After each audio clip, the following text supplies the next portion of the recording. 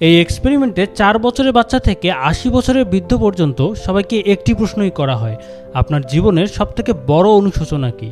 যখন এই প্রশ্নটা 4 বছরের বাচ্চাকে করা হয় তখন সে বলে, ইস, আমার কাছে যে চকলেটগুলো ছিল এগুলো যদি আমি ধীরে ধীরে খেতাম, একসাথে শেষ না করতাম। আর এই প্রশ্নটা যখন 10 থেকে 12 বছরের বাচ্চাকে জিজ্ঞেস করা হয় তখন তারা বলে, আমার খেলনাগুলোকে যদি আমি নষ্ট না করতাম, ভেঙে না ফেলতাম। এভাবেই 17 থেকে 18 বছরের তরুণ তরুণীরা বলে, আমি যদি আরেকটু ভালো করে পড়তাম, আমার রেজাল্টটা যদি আরেকটু ভালো করতে পারতাম।